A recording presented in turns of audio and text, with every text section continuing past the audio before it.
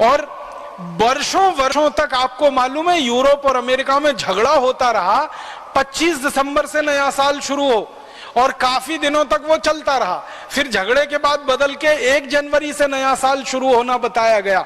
अब 1 जनवरी से उनके यहाँ नया साल शुरू होता है, उसके पीछे का कारण पूछो, कुछ कारण नहीं मालूम है कि 1 जनवरी कोई नया साल क्यों होता है, 15 जनवरी को क्यों नहीं हो सकता, 20 को क्यों नहीं हो सकता, या मार्च में क्यों नहीं हो सकता, अप्रैल में क्यों नहीं हो सकता। वो कहते हैं कि बहुत लंबा झगड़ा था, 25 दिसंबर और 1 जनवरी के बीच में वो झगड़ा सुलझ गया, 1 जनवरी कर लिया गया। 25 दिसंबर को तो फिर भी अर्थ उनके यहाँ समझ में आता है, ईसा मसीह से जुड़ा हुआ है, लेकिन 1 जनवरी तो कुछ भी समझ में नहीं आता किससे जुड़ा हुआ है। और इस देश में ऐसा बेहूदगी वाला हिसाब किताब बन गया है कि 31 दिसंबर की रात को और 1 जनवरी की सुबह देश के मुंबई, दिल्ली, मद्रास, बेंगलोर आदि आदि बड़े शहरों में होटल बुक किए जाते हैं, रात भर पार्टियां चलती हैं, कान फोड़ू संगीत बजाया जाता है और पता नहीं क्या क्या सब व्यभिचार किया जाता है। वो नए वर्ष मनाने का हमने पूरा नकल करके पश्चिम से या यूरोप अमेरिका से अपने जीवन में बसा लिया। और भारत में अगर हम नए वर्ष की बात करें तो भारत के अलग अलग क्षेत्रों में नए वर्ष मनाने की अलग अलग परंपरा है। जैसे आसाम में नया वर्ष बिहू से शुरू होता है, तो बिहू का कोई गहरा अर्थ है हमारे समाज जीवन में, हमारे राष्ट्र जीवन में। बिहू के पीछे पूरी संस्कृति है और पूरी की पूरी सभ्यता का दर्शन है, इसके लिए बिहू है और उसके साथ नए वर्ष की शुरुआत है।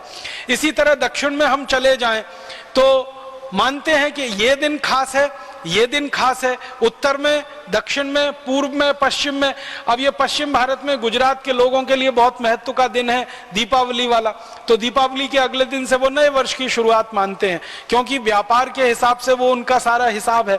तो हर जगह भारत में नया वर्ष है, वो चाहे तमिलनाडु का हो, चाहे आसाम का हो, गुजरात का हो, या हमारे इधर लोहड़ी होती है पंजाब में, लोहड़ी से नए वर्ष की शुरुआत मानी जाती है। तो सब जगह कुछ ना कुछ विशेष आधार है और उसके पीछे पूरा दर्शन है।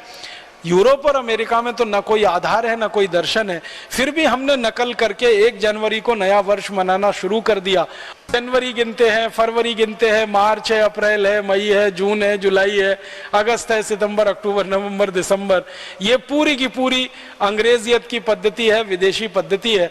हम भूल गए हैं। सामान्य रूप से आज की पढ़ाई में से पढ़कर निकलने वाले विद्यार्थियों को चैत्र, वैशाख, ज्येष्ठ, आषाढ़, सावन, भाद्रपद, कार्तिक ये महीने याद नहीं है।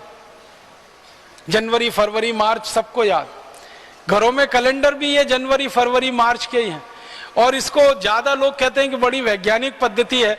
मेरे समझ में नहीं आया, रोमन में कुछ शब्द होते हैं जिनको इस्तेमाल किया गया है जनवरी, फरवरी, मार्च के लिए। अब इसमें जरा उल्टी बात करें, दिसंबर है, नवंबर है, अक्टूबर है, सितंबर है। सितंबर एक रोमन शब्द से आया, सेप्ट, SEPT, सेप्ट, सेप्ट माने होता है 7, तो उसमें से सितंबर आया। ऑक्ट, OCT, ऑक्ट है माने 8, उसमें से अक्टूबर आया। और ये नवम का जो NOV है ना, ये जो है ना 9 है, और दिसंबर का 10 है। अब अगर आप देखेंगे वास्तव में तो सितंबर 7वां महीना होना चाहिए रोमन के हिसाब से, और इन्होंने नकल की, अंग्रेजों ने रोमन लोगों की, तो सितंबर बनाया। तो सितंबर 7वां महीना होना चाहिए। कौन सा है? 9वां है। अक्टूबर 8वां महीना होना चाहिए। कौन सा है? 10वां है। नवंबर 9वां महीना होना चाहिए। कौन सा है? 11वां है। दिसंबर 10वां महीना होना चाहिए। कौन सा है? 12वां है। कितनी अवैज्ञानिक पद्धति है महीने के गणना की, और इसका कोई अर्थ भी नहीं है। जितने भी अंग्रेज विद्वानों से पूछा जाए जनवरी का क्या अर्थ है, फरवरी का क्या अर्थ है, मार्च का क्या अर्थ है, अप्रैल का क्या अर्थ है, ये शब्द के पीछे की कोई गहराई है क्या, इसकी कोई व्याख्या है क्या? कुछ नहीं है।